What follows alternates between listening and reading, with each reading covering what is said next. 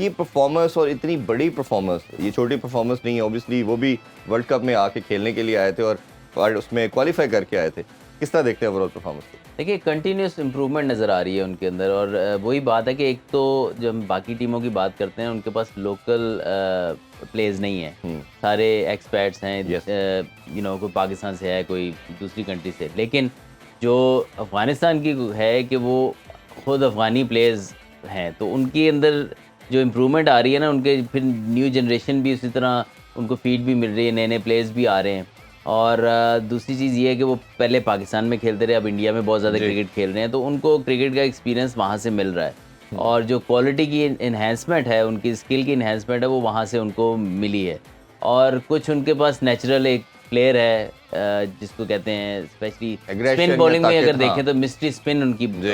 बहुत मशहूर है कि स्पिनर से ज़्यादातर वो दूसरी टीमों को, अब आहिस्ता आहिस्ता इनके फास्ट बॉलर भी आज देखें, जिस तरह फजल हक फ़ारूकी ने जी। 5 विकेटें ली, फिर उसके बाद उनके जो बॉलर ने हैं आउट किए, नवीनुल हक हैं, उसने आउट ये 2-3 ऐसे बॉलर अब इनके फास्ट बॉलर्स में भी आ गए हैं, फिर उनके ऑलराउंडर भी आ रहे हैं आहिस्ता आहिस्ता।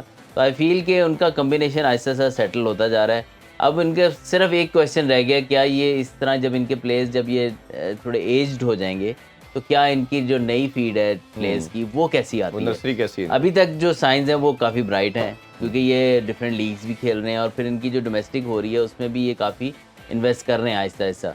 तो आई थिंक कि जितनी इनकी अच्छी डोमेस्टिक स्ट्रक्चर हो जाएगा, इनके पास टैलेंट ज़रूर है। जी। और जिस तरह 50 ओवर का जो वर्ल्ड कप है, तो वो तो आप जैसे बताए, ऑस्ट्रेलिया वाला मैच अगर ये जीत जाते जो इनके हाथ में था, जी। और मैक्सवेल जो ब्रिलियंस दिखा गए और जो लक फैक्टर भी इनके अगेंस्ट गया, then they could have been in the semis. और T20 में पहुंच जाए तो अलग बात है।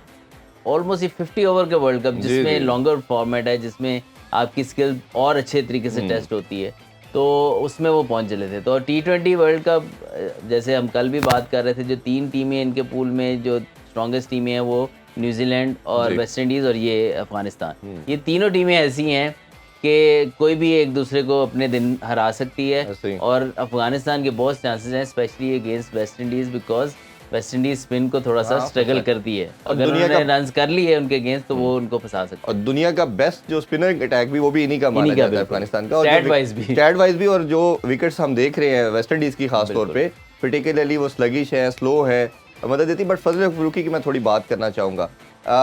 न्यू बॉल से मेरा ख्याल है कि इसको दुनिया में हर जगह इसने परफॉर्म किया है।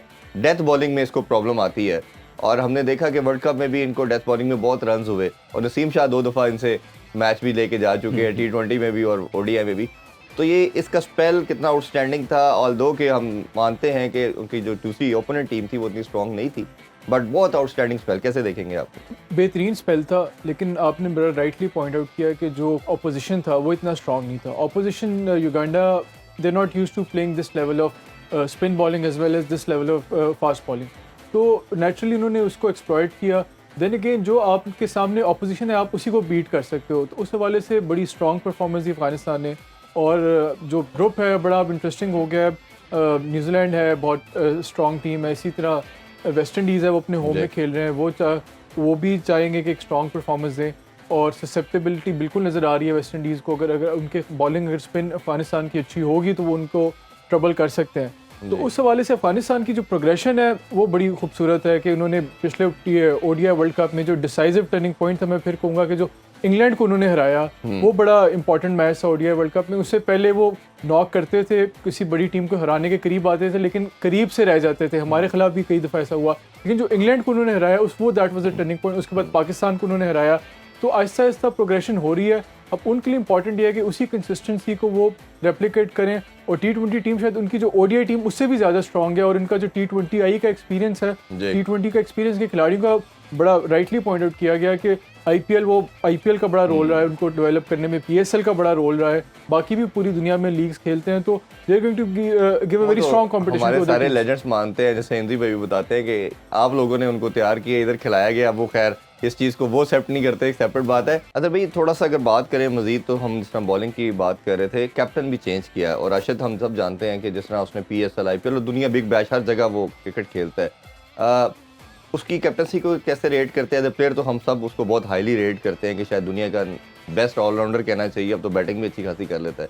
तो एज ए कैप्टन के तौर पे आप क्या कहेंगे? देखिए एक्सपीरियंस इसका डिफरेंट लीग्स खेल के स्पेशली T20 क्रिकेट में बहुत ज़्यादा हो गया, और अगर आप देखें तो कैप्टन जो भी हो, ज़्यादातर अगर टीम चलाते हैं तो ये और नबी जो है। मोहम्मद नबी हैं, ये और मिलके ज़्यादा टीम चलाते हैं, राशिद खान कप्तान जो भी इनका हो। लेकिन राशिद खान आई थिंक ये एक चीज़ अच्छी होगी, एक कप्तान खुद से लीड करता नज़र आएगा, जी। वरना ये होता है कि कप्तान इज़ ऑलवेज लुकिंग फॉर कि यार राशिद खान क्या कह रहा है, मोहम्मद नबी क्या कह रहा है। तो आई फील कि इस तरीके से अगर नबी कप्तान हो या राशिद खान हो तो at least they are making decisions, खुद ही डिसीजंस कर रहे जी। होंगे, तो प्लेयर्स के लिए थोड़ा सा कमांडिंग लगता है।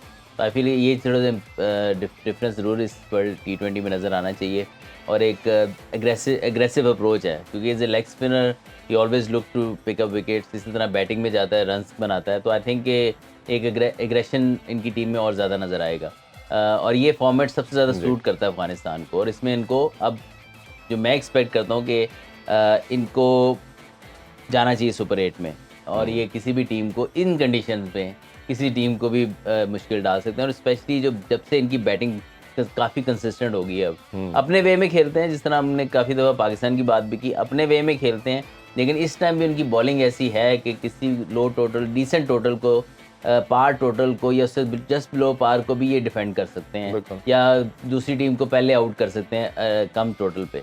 आई थिंक एक देखने वाला होगा, ये बेस्ट कंडीशंस हैं इनके लिए, और ये फिनिश करना अब जान गए हैं, पहले ये फिनिश नहीं कर पाते थे। पाकिस्तान से भी 3-4 वर्ल्ड कप के मैचेस ऐसे हुए 50 ओवर के भी और T20 के भी, जो ऑलमोस्ट इनके हाथ में आ चुके थे, जीतने लगे थे, ये हाथ से चले जाते थे इनके। अब इनको टेस्ट आ गया जीत का कि फिनिश कैसे करना है,